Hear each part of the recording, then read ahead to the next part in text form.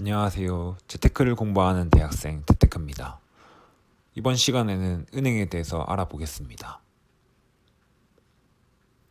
여러분은 은행에 대해서 잘 아시나요? 금융기관은 세 가지로 나눕니다. 첫 번째로 1금융인 저희가 잘 알고 이용하는 우리은행, 국민은행 등등등이 있고 2금융으로 한 번씩 이용하고 아는 신협, 수협, 새마을금고, 저축은행이 포함됩니다. 그리고 마지막 3금융은 광고에서나 볼 법한 미즈사랑, 사나머니입니다. 오늘 알아볼 용어는 입출금 통장, 적금, 예금입니다. 첫 번째로 입출금 통장입니다. 입출금 통장은 크게 세 가지로 나뉩니다. 첫 번째, CMA.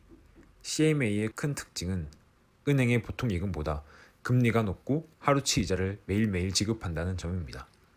CMA는 RP형, MF형, 발행어음형으로 나뉩니다. RP형은 돈이 필요한 금융기관이 단기 자금을 조달하기 위해 발행하는 채권의 일종으로 만기가 짧아 3개 중에 가장 이율이 낮습니다.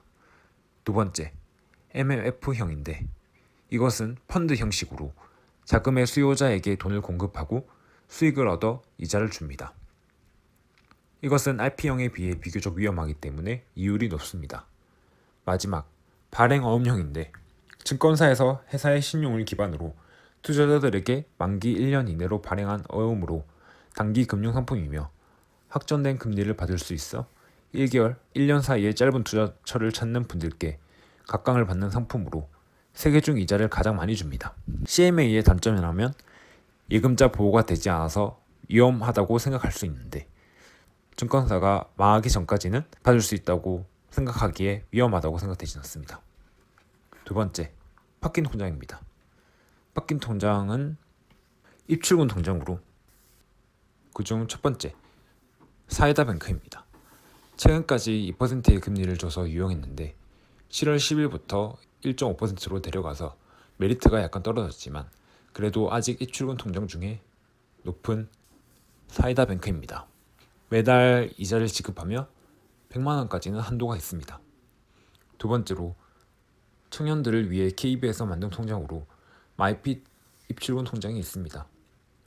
여러 조건들만 맞추면 1.5%의 금리를 주어 유용하게 사용될 통장인 것 같습니다. 적용 조건은 3개월 동안 급여일제 관련으로 50만 원 이상 들어오게 되면 1.5%의 이율을 받을 수 있습니다. 두 번째로 적금입니다. 적금은 두 가지 방법이 있습니다. 돈이 생기는 대로 넣는 자유적금이 있고 이것은 정기적인 수입이 없고 사용하고 남는 돈을 넣을 수 있는 적금입니다. 하지만 다음 설명할 정기적금에 비해 이율이 낮아 좀 아쉬운 부분이 있습니다. 두 번째로 정기적금입니다. 정기적으로 한 달에 한 번씩 적금을 넣는 것인데요. 습관처럼 넣을 수 있고 반자동으로 저축을 할 수 있어 좋습니다.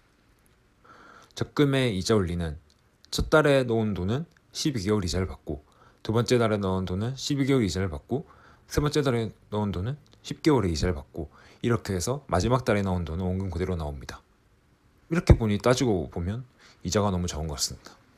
세 번째로 예금입니다. 예금은 적금과 달리 목돈을 묶어두는 개념으로 적금에 비해 이율이 낮지만 큰 돈을 묶어두어 이자가 크다는 장점이 있습니다. 그전 저희가 알아야 할 개념은 단리와 복리입니다.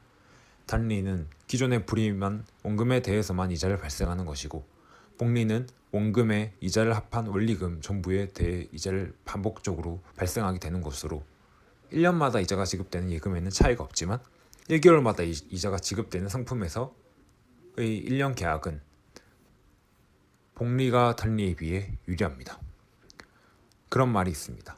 복리는 인간이 만든 가장 훌륭한 발명품이라는 말입니다. 우리 모두 복리를 잘 이용해 부자가 됩시다.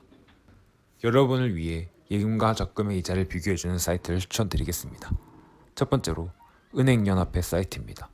여기에 들어가 예금 금리를 눌러 자신이 원하는 은행을 선택한 뒤 저축금액과 기간을 정해 검색합니다. 그러면 이런 화면이 나오게 되고 최고 우대 금리를 낮은 손으로 배열하게 되면 고금리가 나오게 됩니다. 현재는 저금리 시대여서 은행 전체적으로 금리가 낮습니다. 많이 아쉽습니다.